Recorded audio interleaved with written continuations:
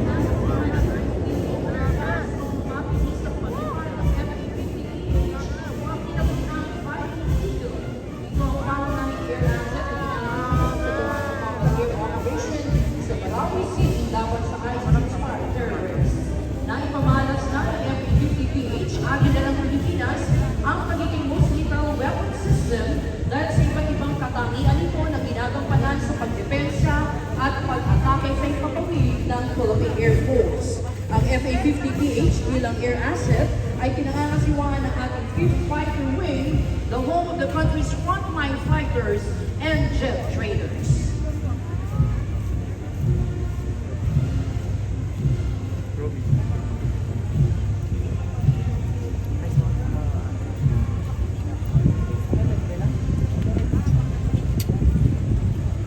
Nangunguna po sa ating parada ang pinagsamang banda ng Sandatahang Lakas ng Pilipinas.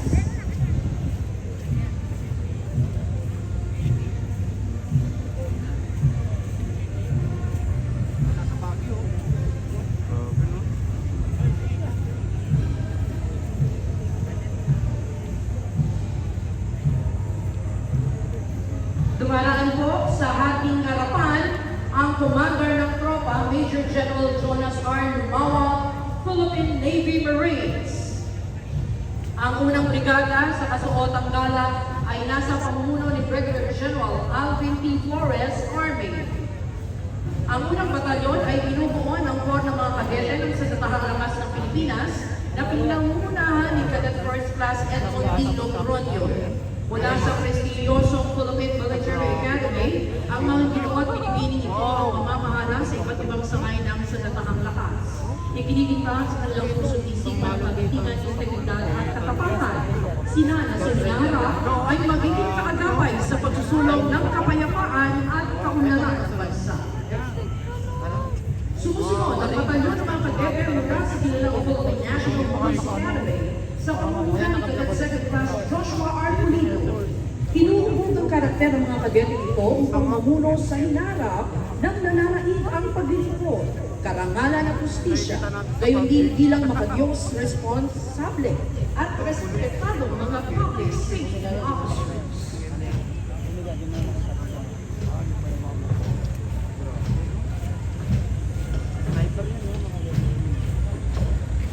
Mangyaring tumayo po ang lahat para sa pagdating ng watawat ng Pilipinas.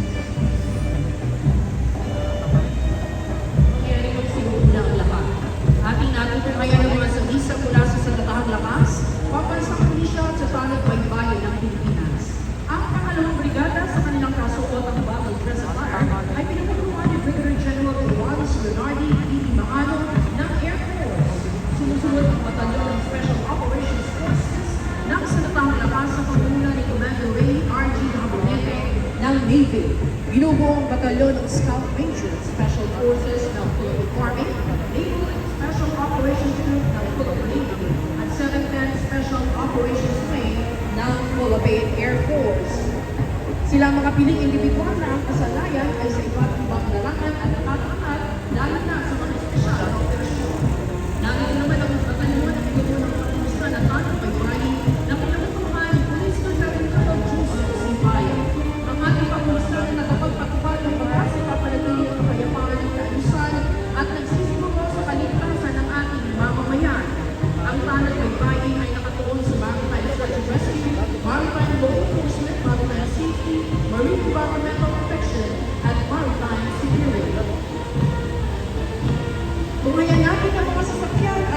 pandigma ng Sandatahang Lakas ng Pilipinas, Pambansang Komisyon ng Pilipinas at Tanod Baybanin ng Pilipinas, gayon din ang mga tauhang kabilang sa mga espesyal na unit, kasama rin po ang pag-support unit. Nangunguna ang mga espesyal na unit ng Sandatahang Lakas ng Pilipinas, nagyan po ang explosive ordnance and disposal units, kabilang na rin po ang chemical, biological, biological, nuclear teams. Sumusunod naman po ang Kia Light Tactical Vehicle at Troop Carrying Vehicle. Narito din po ang isang Metro Raging Power Inflatable Water-Table Special Operations Group ng Philippine Navy. Ginagamit ito sa mga special na operasyon bilang suporta sa Manila SEAL Operation. Ang pinagawang combat part of precision ng armor assets. Nangunguna ang mga B-150 na pangalayan ng material para sa pagdoon ng operasyong pansiguridad ng bansa. Kasabay ang tipong armor fighting vehicle ng Philippine Army na tumatala para sa panloob ng seguridad. Nariyan din po ang 1,500 armor personal carrier ng Philippine Army. Isang uli ng sasakyan na magagamit sa lupa o tubig man. Lalo po kayo naman po na ang artillery assets, binubuo ng mga kanon ng Sandatahang Lakas ng Pilipinas. Nangunguna ang 20mm F-39 anti-aircraft cannons at iniakman ito bilang ground-based weapons mula sa dating M5 Freedom Fighters aircraft.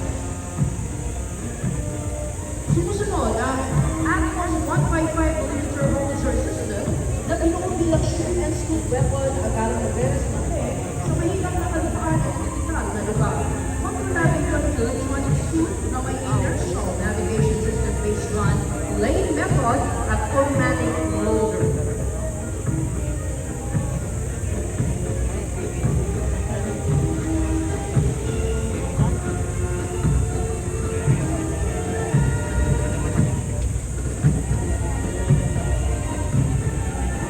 Nasa ating harapan ang 105mm howitzers. Sumusuporta ang mga ito sa mga puwersang nasa gitna ng operasyong militar. Ang gamit panligang ito ay nagbibigay ng close fire support.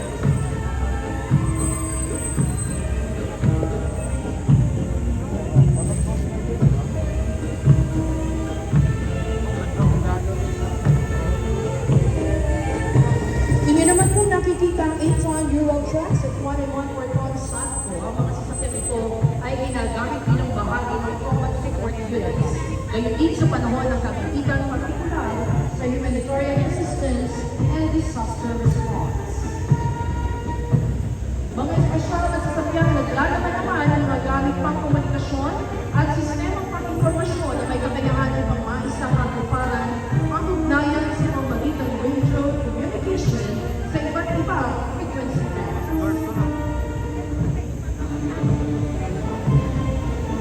Ang mga sasakyan naman po at kagamitan ng ating pambansang pulisya ng Pilipinas at Panagbaybayin ng Pilipinas na pawang ginagamit sa iba't ibang larangan, seguridad at maging sa kampanya laban sa terorismo at humanitarian assistance and disaster response. Pinangungunahan ito ng PNP Highway Patrol na tinaguriang Guardian of the Highways na nakatuon sa operasyon sa lansangan para sa traffic safety at maging sa paglaban sa krimen. Nagyan po ang mga sasakyan ng NCRPO, ang forensic curb scene of the crime operatives, ang chemical, biological, radiological, nuclear, and explosives, at ang pinagsaning ng explosive ordnance at P9 mobile vehicle van. Natutunghayan natin ang SWAT van, Special Action Force, na luna ng multi-purpose armored vehicle personnel carrier at MG Robert Bowles.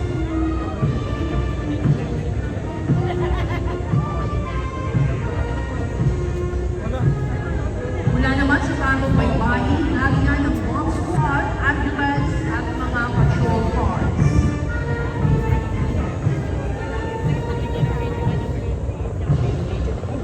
Narito ang PSD para naman sa pagkakatugon sa seguridad at search and rescue operations. Ang pagkakatugon sa search and rescue ay nakatisin ang isang pagkakasinig. Ano, mga kabayan, no? Sa mga nandito, Wow! sa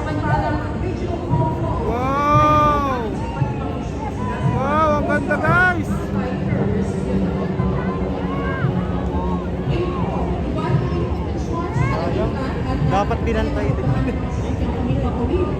sa tahang lakas ng Pilipinas, inyo pong nakikita ang sumusunod ang 10 SM-260 Marshall nakadisenyo para sa basic na intermittent traffic at existing dependable na traffic aircraft para sa coast air support.